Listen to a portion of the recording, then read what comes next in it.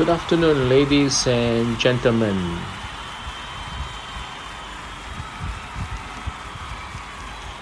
Good afternoon, ladies and gentlemen. Thank you.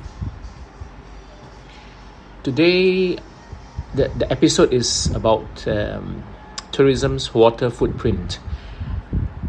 And I've not really prepared. I'm just trying to see if I can do it quite impromptu.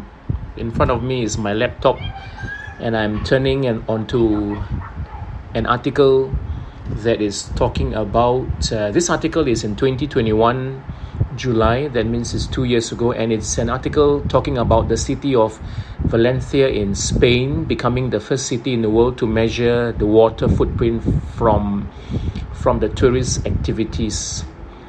What is water footprint and why is it important in the tourism industry? I'm sure we can all name at least one or two, if not two or three destinations or countries in the world where water is very, very important, where water is perhaps a scarce resource.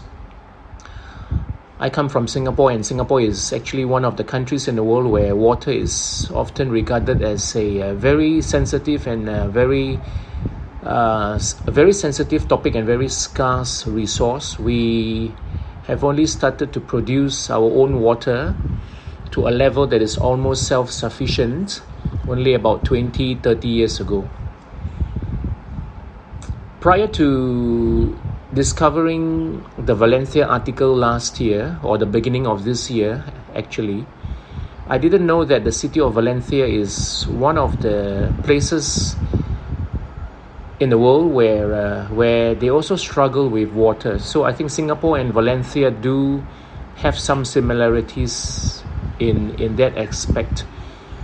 Measuring carbon footprint seems to be the craze these days, at least for the last few years. Measuring water footprint perhaps is is a lesser talk about subject, but which could be gathering momentum slowly in the next few years. There are places where tourism is a very important industry, and to make this topic even more acute and important, some of these places where tourism represents a big contribution to the GDP could be places where control of the usage of water is important.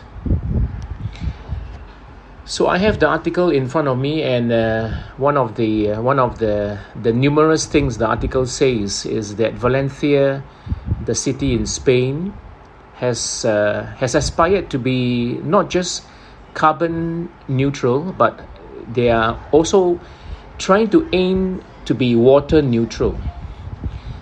So as much of the world tries to understand better the concept of carbon neutral, throw in this new term, water neutral. Carbon neutrality is important, and it seems to be one of the things that a lot of places are talking about. But water neutrality, just as important, if not more so. A lot of activities that tourists do, the moment you touch down and land at the destination's airport, to the moment you check into the hotel, to your first few hours spent in the hotel, to the moment when you get out of the hotel and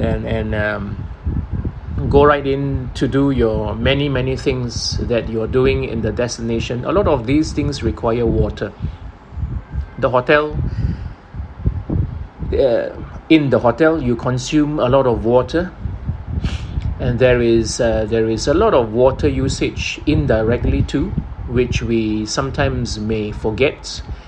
There is a lot of direct contact with water, and we mustn't forget that there is also this thing called the indirect usage of water, which seems to be the more invisible thing.